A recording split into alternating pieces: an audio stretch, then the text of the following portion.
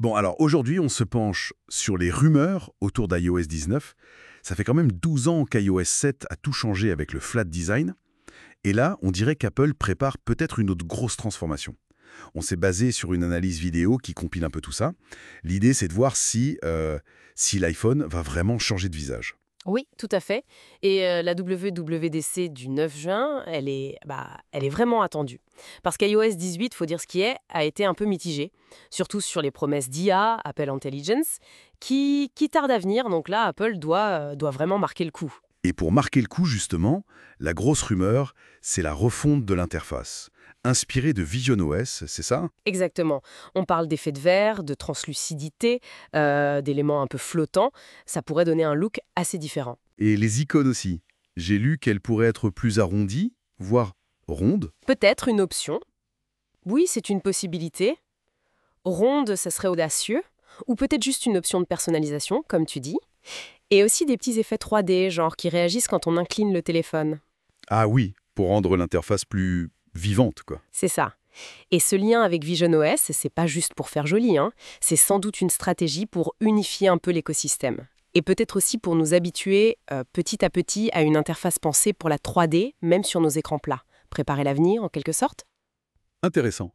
Et la navigation, elle bougerait aussi. J'ai vu des trucs sur la barre de recherche qui descendrait. Oui, dans certaines apps comme Messages ou Réglages, elle pourrait passer en bas. Et puis pour les photos, un affichage plus plein écran, plus immersif.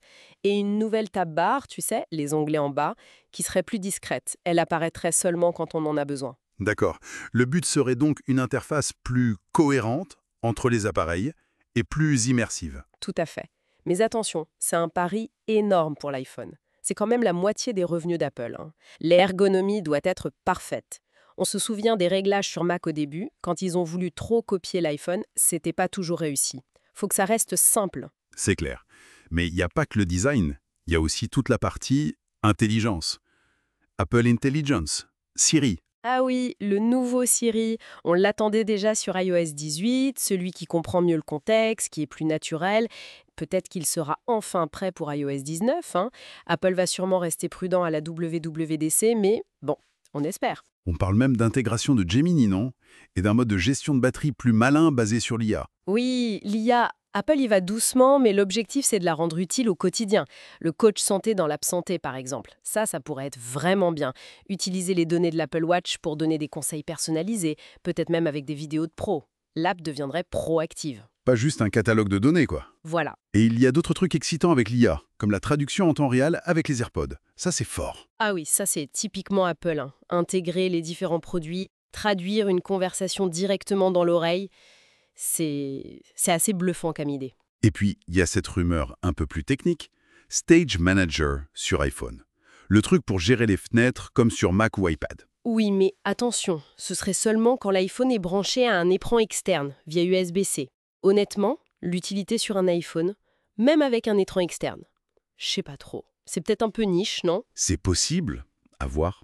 Et puis, il faut pas oublier l'accessibilité. Là, Apple a déjà fait des annonces concrètes. Oui, et c'est souvent impressionnant. Le suivi des yeux pour contrôler l'iPhone sans les mains, le clonage de voix simplifié. Et surtout, le contrôle par interface cerveau-ordinateur pour les personnes avec des implants cérébraux. C'est incroyable. Tout à fait. Ça montre bien qu'Apple voit loin sur l'accessibilité en intégrant des technologies de pointe comme ça. C'est pas juste des gadgets. Un petit mot rapide sur le DMA, l'Europe.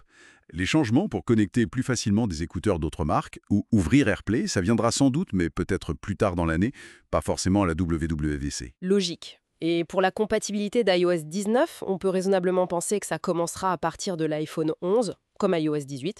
Mais bon, faudra attendre la confirmation officielle. Bon, en résumé, cet iOS 19, ça s'annonce potentiellement comme une très grosse mise à jour, pas juste un petit lifting. C'est ça, nouveau design, possiblement radical, plus d'IA, de nouvelles fonctions. Ça donne envie de voir ce que ça va donner en vrai. Oui, mais la grande question finalement, c'est est-ce que ce nouveau visage et ces ajouts intelligents, est-ce que ça suffira à lancer un nouveau cycle pour l'iPhone? Ou est-ce que c'est surtout une façon habile de rafraîchir l'expérience en attendant qu'Apple Intelligence soit vraiment mature? Quel sera le bon équilibre entre le choc visuel et l'avancée réelle des fonctions? C'est ça la question.